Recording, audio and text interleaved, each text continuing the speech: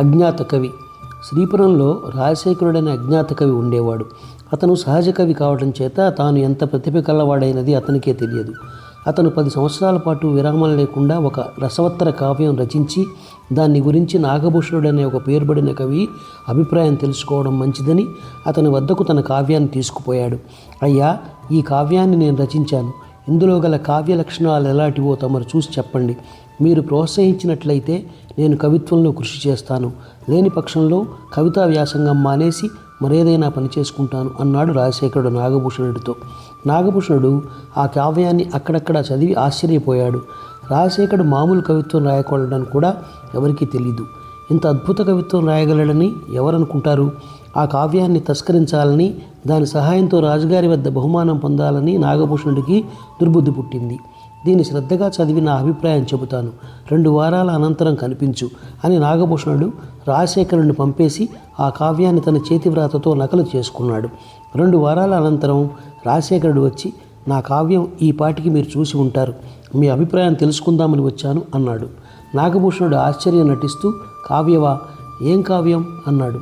2 వారాల క్రితం నేను స్వయంగా వచ్చి 10 ఏళ్ళు నేను శ్రమించి రచించిన కావ్యం గురించి మీ అభిప్రాయం తెలుసుకుందామని దాన్ని మీ వద్ద ఉంచి వెళ్ళాను, గుర్తులేదా అని రాజశేఖరుడు అడిగాడు.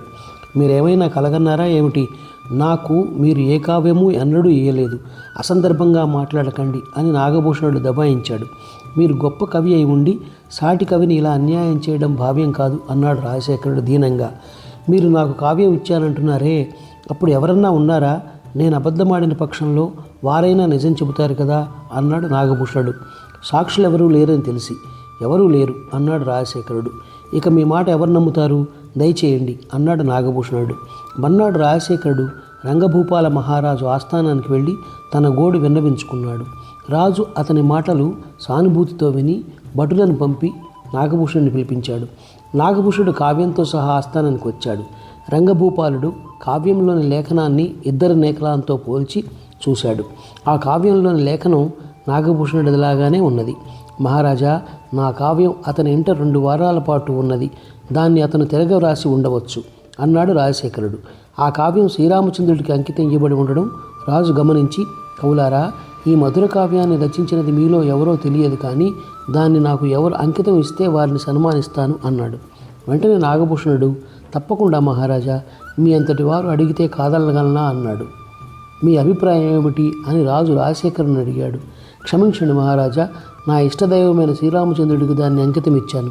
దాన్ని రాజదర్బాలలో చదివి బహుమతులు పొందడానికి రాయలేదు. కీర్తికాంక్ష కూడా నాకు లేదు అన్నాడు రాజశేఖరుడు నిస్సంకోచంగా.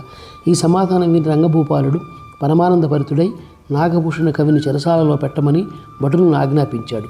నాగభూషణుడు అడలిపోయి మహారాజు కాళ్ల మీద పడి తాను చేసిన నేరాన్ని ఒప్పుకొని తనను క్షమించమని వేడుకున్నాడు. రాజు రంగభూపాలుడు అతన్ని గట్టిగా మందలించి క్షమించి విడిచిపెట్టి నిండు సభలో రాజశేఖరుడికి బ్రహ్మాండంగా సత్కారం చేశాడు.